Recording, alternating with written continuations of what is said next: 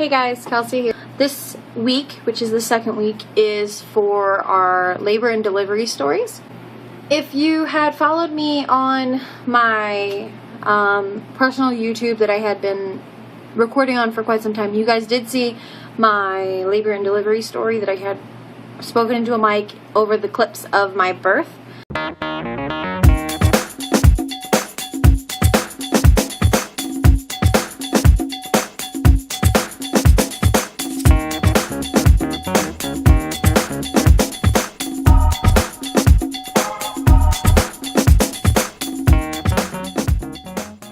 If not, then I will go ahead and post a link below. It's kind of whatever. It's basically what I'm going to be saying now.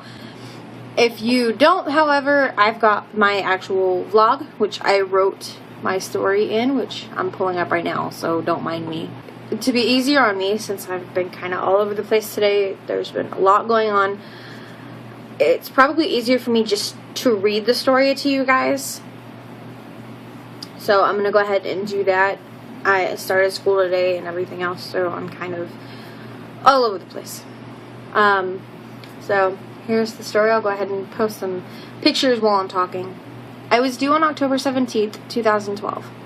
At my 40-week appointment, 2 days shy of 40 weeks, or my due date, my doctor discovered I had protein suddenly in my urine. Excessive amounts of protein in a pregnant woman's urine is a sign of preeclampsia, which can develop into full-blown eclampsia. Eclampsia causes mothers to have seizures. It can be very deadly to both mother and baby. My doctor told me I was going to induce you next Tuesday, but I'm worried that you are going to go preeclamptic on me fully. I'm going to send you to labor and delivery for induction.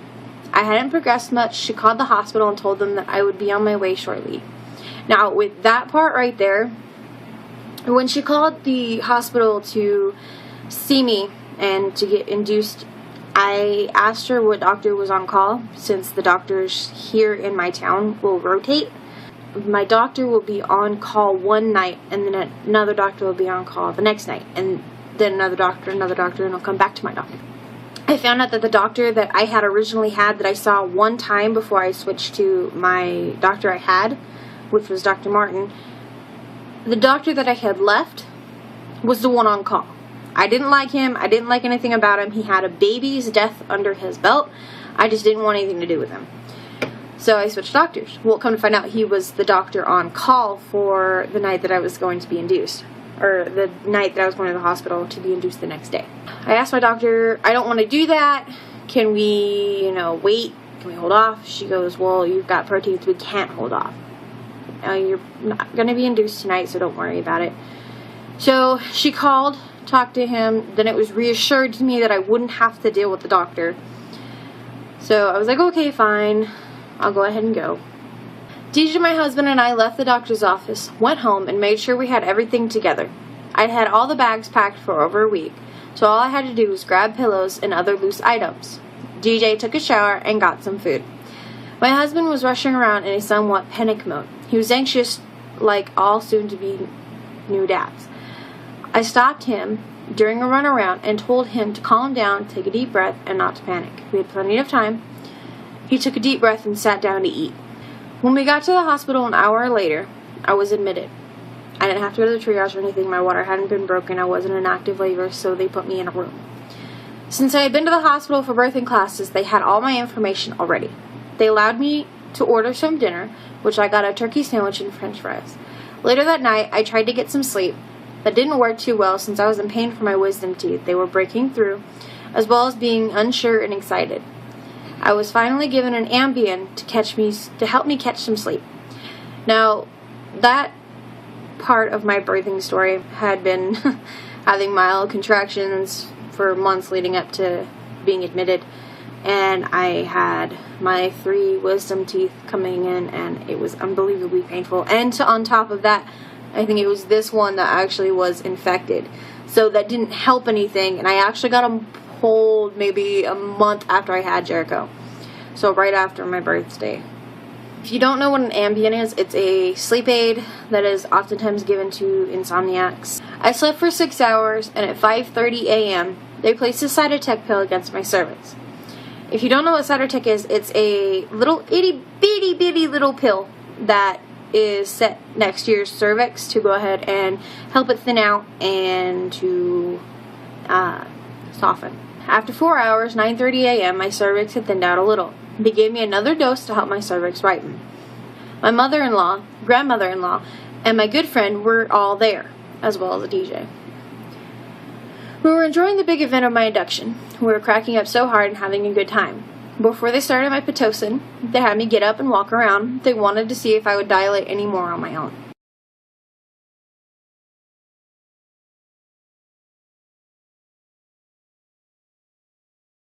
My grandmother-in-law is a nut. Let me just say this first.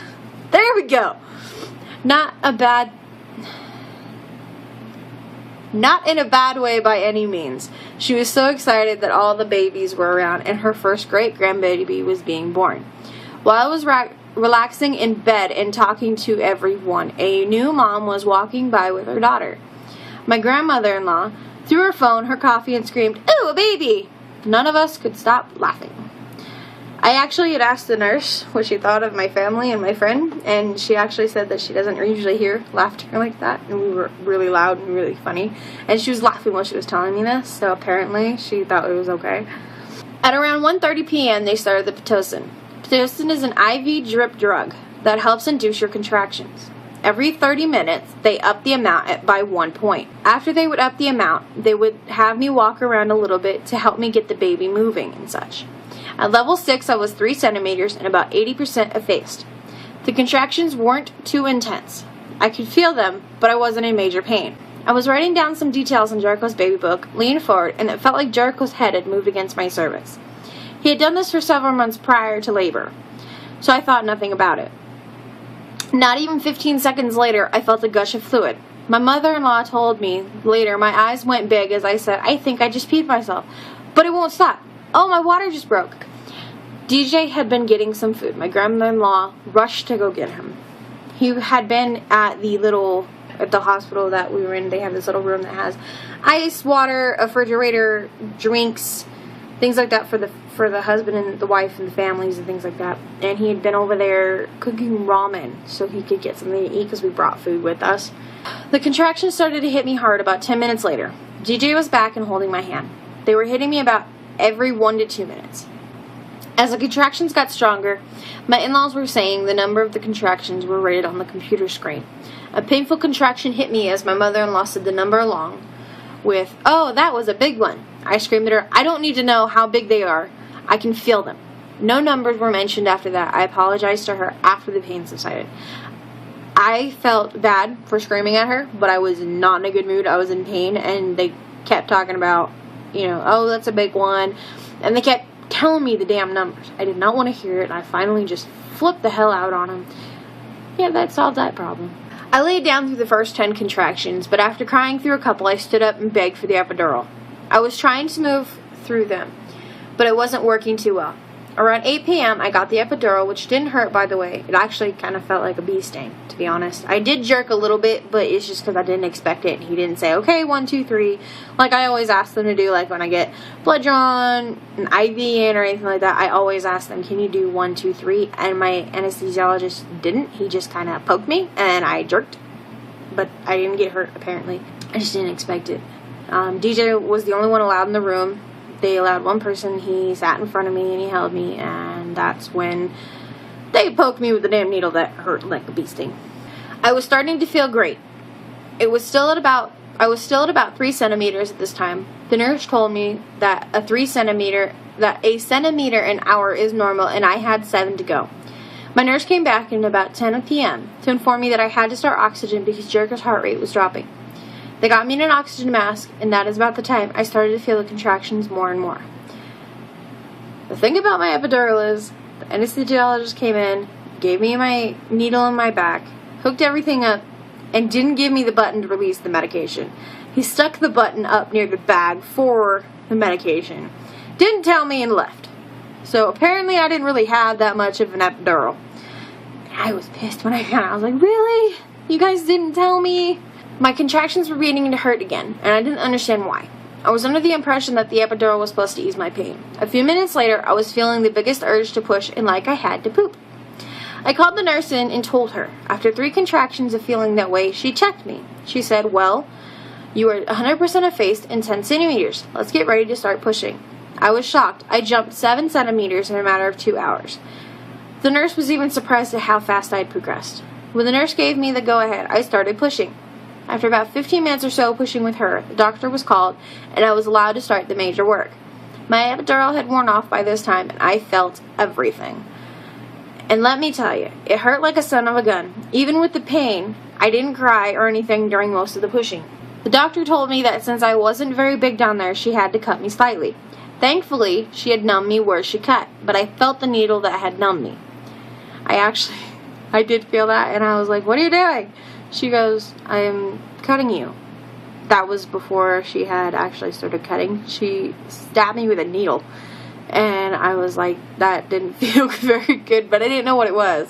It was actually the needle with the numbing solution. At the point of his head about to pop out, I screamed in pain and tried to pull away. I actually tried to jump off the bed. That's what I tried to do.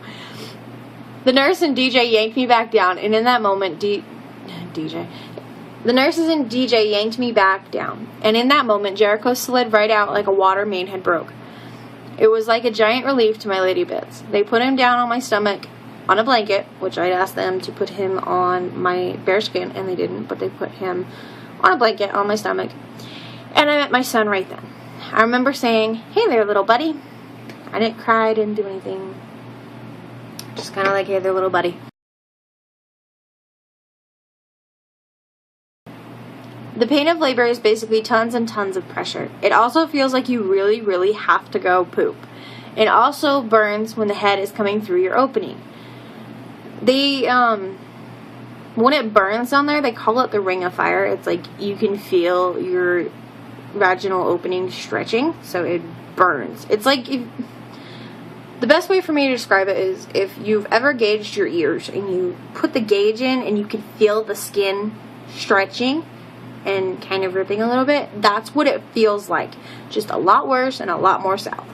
Quick things to any new moms or moms to be. If you end up pooping, which you probably won't, but if you do, don't feel embarrassed. Completely normal, happens to most everybody. I had to ask DJ if I did, and unfortunately I did. The way my emotions and such work is strange. It takes things a while to register as dramatic. So like if something crazy happens to my life, oftentimes it doesn't register in my brain until like a couple of days later, and then I'm like falling apart. So that kind of hindered my ability to be connected to my son. When they said his weight to me, my head shot up and I said, he's how big? 9 pounds, 2 ounces, and 21 inches long. Such a big boy. They brought him back over to me, and I held him as the doctor sewed me up. My friend gave me some alone time after I nursed him for the first time. When they were sewing me up, the only thing that kept me from going, ow, ow, ow, was Jericho. I was focusing on him, paying attention to him, and it helped me. That is basically my labor and delivery story. It's really simple. There wasn't any issues. A couple things about my labor and delivery that I didn't write in my blog was my IV. Like I said in my previous video, I was group B strep positive, and because I couldn't have penicillin to help treat that, they had to give me clindamycin, which comes in either a pill form, which is blue, or it comes in an IV form, which I had to get the IV form in my hand. And when it got put into me, it burned like no other sensation I felt in terms of medication. They had to bring me a ice pack, which was really neat. They took a diaper, took ice in it, and wrapped it up and everything. And I had to keep that on my hand to help the sensation of the clindamycin burning. My first meal after having Jericho, the one thing that I wanted after having him was Carl's Jr. I ate the french fries and gave the burger to DJ. I wanted the burger, didn't want the fries. And I ate nothing but the fries, and I loved it. In the hospital room with me, they have a couch that pulls out to a bed. And that was funny because DJ was trying to figure it out, and he couldn't figure it out.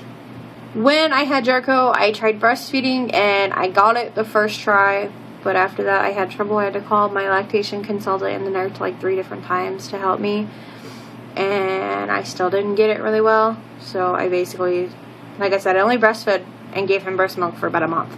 I remember in the hospital when the time I had him, I wrote and announced it on Facebook. I didn't want to sleep. I was just so amped up on adrenaline and happiness and just this big change that I didn't want to sleep. So I got on Facebook and announced it and, you know, showed pictures. And while I was loving on Jericho, when I first had him, DJ texted my sister for me and announced it to everybody with pictures. The first night that we had him was actually really rough. He was waking up constantly. We put him in his little bassinet with the plastic tub and stuff like that they have for the baby.